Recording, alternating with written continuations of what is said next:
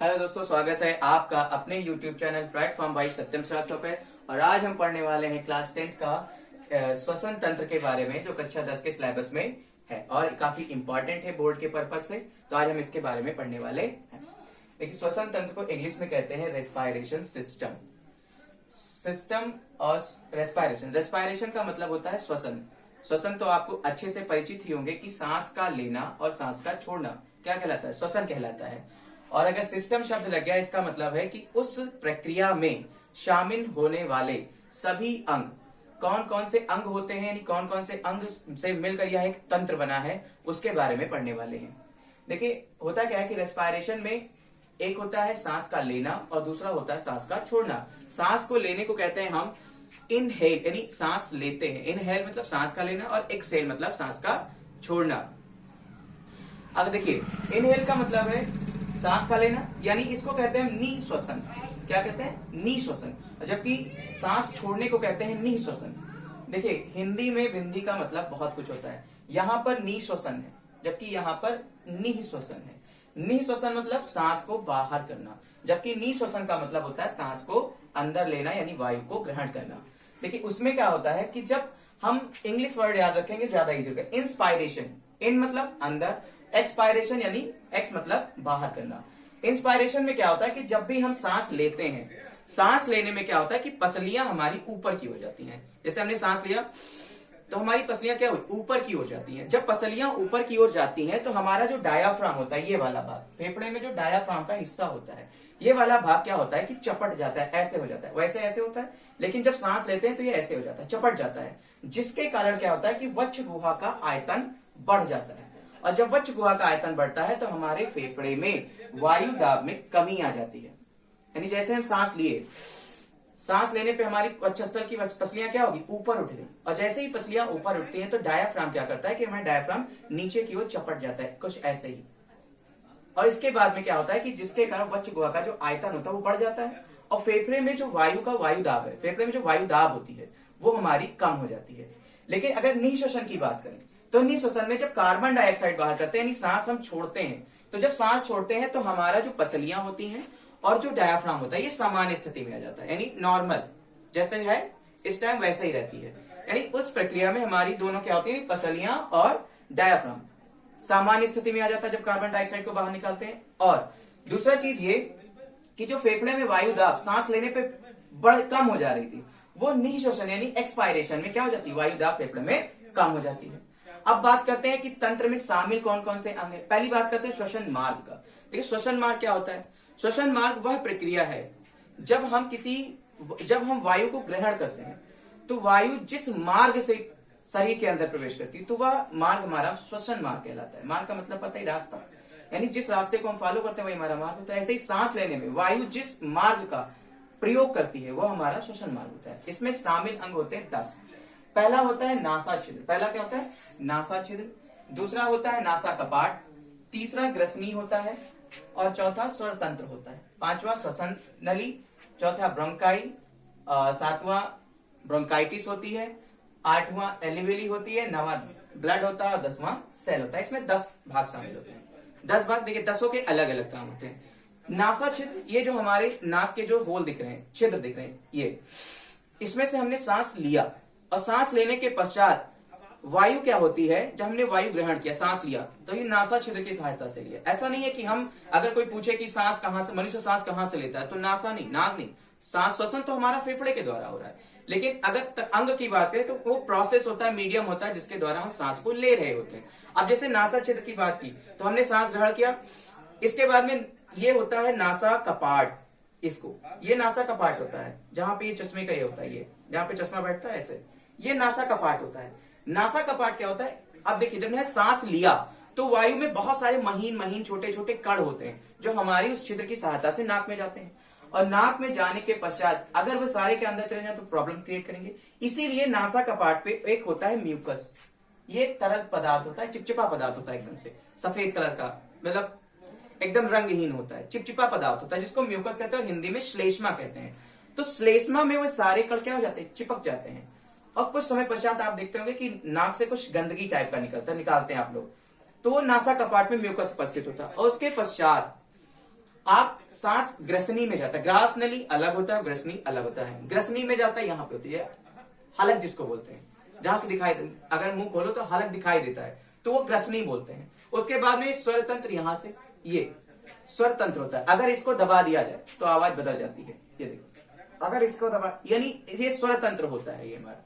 अब उसके पश्चात हमारी सांस जाती है ट्रैकिया, जो श्वास नली होती है, जिसको हम कहते हैं ट्रैकिया। श्वास नली से होते होते ये फेफड़े में प्रवेश करेगी, ये ट्रैकिया ये है, यहां से सांस जाएगी, ऐसे यहां से सांस जाएगी। ये जो पतली पतली लाइंस दिख रही हैं, ये हमारी हड्डियां होती हैं, कार्टिलेज से बनी होती है, बहुत पतली पतली हड्डियां होती है जो कार्टिलेज से बनी होती है, संयोजी ऊतक से बनी होती है। अगर ये ना हो तो ये नली आपस में चिपक जाएगी, और जब चिपक जाएगी तो आपको पता है कि आदमी या मनुष्य की आराम से डेथ हो जाएगी। यानी इन हड्डियों का होना बहुत जरूरी है। और इसके बाद में ये हड्डियां ऐसे, ये ट्रैकिया हमारा ऐसे आता है, ये फेफड़े में मिली हुई होती है ऐसे, और इनको बोलते हैं हम, जैसे ब्रांचेस की तरह होते हैं ना, तो इसको हम बोलते हैं ब्रोंकाइटिस, ब्रोंकाइटिस बोलते हैं या ब्रोंकाइली बोलते हैं। और इसमें पाई जाती है एल्यूविली। एल्यूविली क्या होती है कि ये वायु कोष्ठक होती है। इसमें जब हम सांस लेते हैं तो ब्रोंकाइटिस के बाद जो वायु होती है, यानी कार्बन ऑक्सीजन होती है, वो एल्यूविली में जाती है, और एल्यूविली में एकदम ब्लड भरा होता है। और ये वायु कोष्ठक में जब ब्लड भरा होता है तो इसमें उपस्थित होता है हीमोग्लोबिन, और हीमोग्लोबिन क्या करता है कि यहाँ पे वायु को, यानी ऑक्सीजन को शरीर के एक एक रक्त कोशिकाओं तक पहुंचा देता है, यानी ब्लड तक जाएंगे, यानी नामा हो गया ब्लड। और इसके बाद में कोशिकाओं यानी सेल तक ले जाने के पश्चात आपको पता है कि सेल में उपस्थित होती है, क्या सेल में होती है माइटोकॉन्ड्रिया। और माइटोकॉन्ड्रिया में क्रेब्स चक्र प्रक्रिया द्वारा यहाँ पर होता है ग्लूकोज का निर्माण, और ऊर्जा मुक्त होती है। क्या मुक्त होती है? ऊर्जा मुक्त होती है। यानी ये हमारा प्रोसेस है पूरा श्वसन तंत्र का, कि कैसे कैसे क्या होता है। पहली चीज, सांस लेने से हमें ऊर्जा भी और साथ साथ ऊष्मा भी प्राप्त होती है। अगर देखिए, जैसे कोई जीवित व्यक्ति है तो उसका शरीर हल्का फुल्का गर्म रहता है, जबकि अगर मरे हुए व्यक्ति की बात करें, लाश की बात करें, तो देखिए उसका शरीर ठंडा हो जाता है। कभी ट्राई कीजिए छू के, खुदा ना खास्ता ऐसा हो किसी के यहाँ, लेकिन आप छू कर देखना कि लाशें ठंडी होती है, जबकि जीवित आदमी का शरीर गर्म होता है। तो जब क्रेब्स चक्र में ऊर्जा उत्पन्न होती है तो उसके साथ साथ ऊष्मा भी उत्पन्न, यानी हमारा टेम्परेचर भी क्या होता है, मेंटेन रखता है सांस, और साथ साथ ग्लूकोज बनता है और एटीपी भी मुक्त होती है, यानी ऊर्जा मुक्त होती है। ये हमारा है श्वसन तंत्र। अब देखिए, अगर हम बात करें एपिग्लॉटिस की, एपिग्लॉटिस श्वसन नली में पाया जाता है, ट्रैकिया में पाया जाता है एपिग्लॉटिस। ये हमारा एपिग्लॉटिस होता है। इसमें दो रास्ते होते हैं, इसको हम चौराहा एक हिसाब से बोल सकते हैं, कि एक रास्ते से वायु प्रवेश करती है जबकि दूसरे रास्ते से भोजन प्रवेश करता है। देखिए, बहुत शॉर्ट में वीडियो बना रहे हैं, बहुत ज्यादा एक्सप्लेनेशन नहीं कर रहे हैं, एक हिसाब से छोटा मोटा वीडियो है, ठीक है। अब इसमें क्या करते हैं, जब हम खाना खा रहे होते हैं तो खाना खा रहे होते हैं, साथ में सांस ले रहे होते हैं, खाना खा रहे होते हैं, सांस ले रहे होते हैं, लेकिन ट्रैकिया को कैसे पता कि कौन से भाग में खाना जाएगा और कौन से भाग में वायु जाएगी? तो इसके लिए हमारा दिमाग यानी ब्रेन काम करता है, यानी ब्रेन बताता है कि किसमें भोजन जाना है और किसमें सांस लेनी है। तो जब हम खाना खाते हैं, कभी कभी देखते हो कि खाना खाते टाइम हिचकी आ जाती है। होता क्या है कि जब हम खाना खाते हैं तो कभी कभी हम किसी के ख्यालों में डूब जाते हैं, पता नहीं बाबू ने खाना खाया होगा नहीं खाया होगा, ऐसा सोचने लगते हैं, और उस चक्कर में ब्रेन हमारा बिजी हो जाता है। और कभी कभी क्या होता है कि ये वाला रास्ता खुलने के बजाय, फूड वाला रास्ता खुलने के बजाय ये वायु वाले रास्ते में घुस जाता है, और वायु वाले रास्ते में जैसे ही खाना जाता है यानी फूड जाता है तो वो फेफड़े में प्रवेश करने की कोशिश करता है, एंटर करने की कोशिश करता है। फेफड़ा कहते हैं ना बाबा, ये तो हमारा एरिया है, आप इसमें कैसे आए? और करता क्या है कि डायाफ्राम धक से नीचे से धक्का मारता है और खाना ऊपर चला जाता है, यानी हिचकी आती है आपको। इट मीन्स अगर कोई ये कहे कि हिचकी आ रही है तो आप किसी को याद कर रहे होते हैं, ना कि कोई आपको याद कर रहा है। लोग उल्टा बताते हैं। हिचकी आने का मतलब है कि आपका ब्रेन बिजी है किसी के ख्यालों में, ऐसा नहीं कि कोई आपको याद कर रहा है, आप किसी को याद कर रहे हैं। यानी और दूसरी चीज, डायाफ्राम ही है जो 70% मतलब अपना सांस लेने में योगदान देता है, क्योंकि फेफड़े के पास इतनी ताकत नहीं होती है। देखिए, हमने सांस ले लिया, सांस छोड़ दिया, लेकिन उसमें सबसे अगर ज्यादा भाग कोई काम करता है तो 70% भाग काम करता है हमारा डायाफ्राम। डायाफ्राम 70% भाग काम करता है, ठीक है। अब देखिए, अगर दिमाग में एक बात ये आती होगी कि अगर प्रेगनेंसी के दौरान महिलाओं में सांस कैसे लिया जाता है, कैसे सांस लेते हैं, क्योंकि अब डायाफ्राम तो हमारा है, लेकिन डायाफ्राम के पास यानी यहाँ पेट में बेबी होता है, जिसकी वजह से ये डायाफ्राम काम ना करके उनकी पसलियां काम करती हैं। इसीलिए उनकी पसलियां अगर टूट जाती बाई चांस तो ऑलमोस्ट उनकी डेथ हो जाती है, क्योंकि सांस लेने में प्रॉब्लम होगी।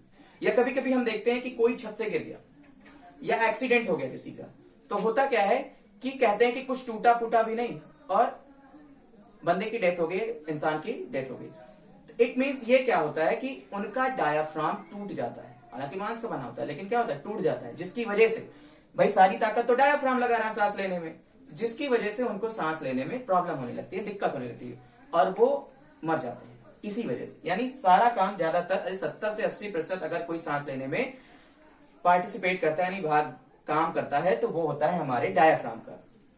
ठीक है, अगर क्लियर हो तो वीडियो को लाइक करें, कमेंट करें, चैनल को सब्सक्राइब करें एंड शेयर करें। Thank you.